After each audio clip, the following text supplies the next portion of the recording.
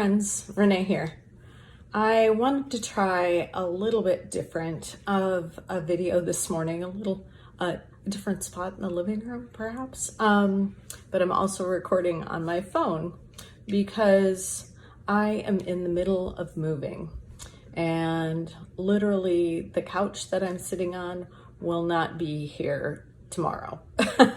And if you could see the rest of the room, it's basically empty. I have a couch and the coffee table, I think. So lots of change going on in my life. And it has gotten me thinking so much about how the writing wisdom practice has actually facilitated this change.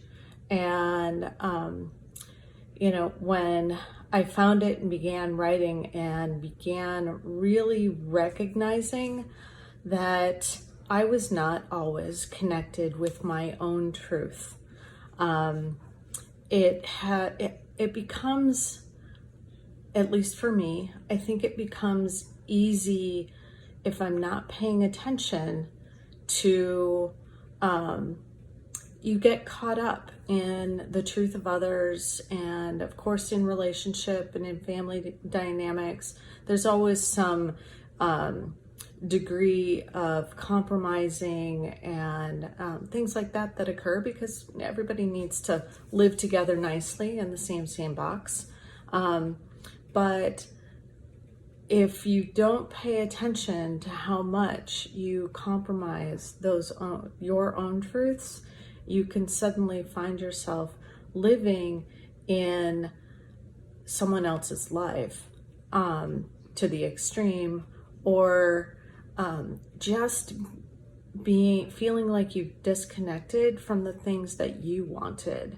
And that's really where I have gotten in this practice, is that I had gotten really disconnected to some of the things that were really important to me, and wasn't speaking up for those things as well as I once was.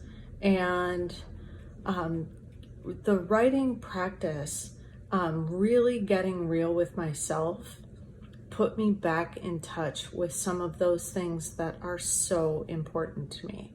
Having a certain amount of freedom in my life is one of those things that I had let slide into just a mountain of obligation, in all kinds of ways, shapes, and sizes, feeling, and it's not so much about the things as it is about the obligation that I felt from it. And that feeling of being obligated had really shifted me away from my own need for freedom. And freedom is such a core need of mine. So the writing wisdom practice really helped me get real with myself in that way. And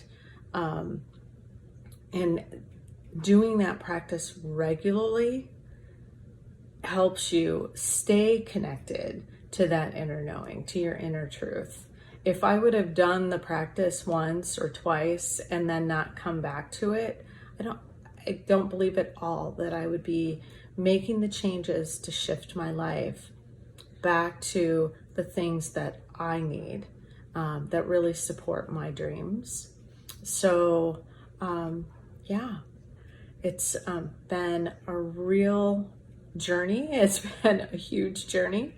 I am in the middle of that, kind of the big transformation of that journey, of where I started, almost 2 years ago. Actually 2 years ago in a couple of weeks, I sat down on a sofa in Lori Wagner's living room and learned this practice that I now call writing wisdom, because that's really what it is for me. She calls this practice wild writing, which so fits her language with it and how she teaches it. But I call it writing wisdom because it really brought my myself back to my own inner wisdom, my own inner knowing. It reestablished that relationship that I have with my own intuition, my own soul's voice. So if you're interested in testing this practice out, I am hosting a free event on October the 16th from noon to 1 p.m. Pacific time. We'll do a test writing, a test reading. Yes, we speak our truth. And not to be critiqued or not to have commented, none of the kind. You read to be witnessed. And that's a really powerful part of the process. So, free event, I'll leave the link below. I hope you'll consider joining me. I'll see you there. Bye.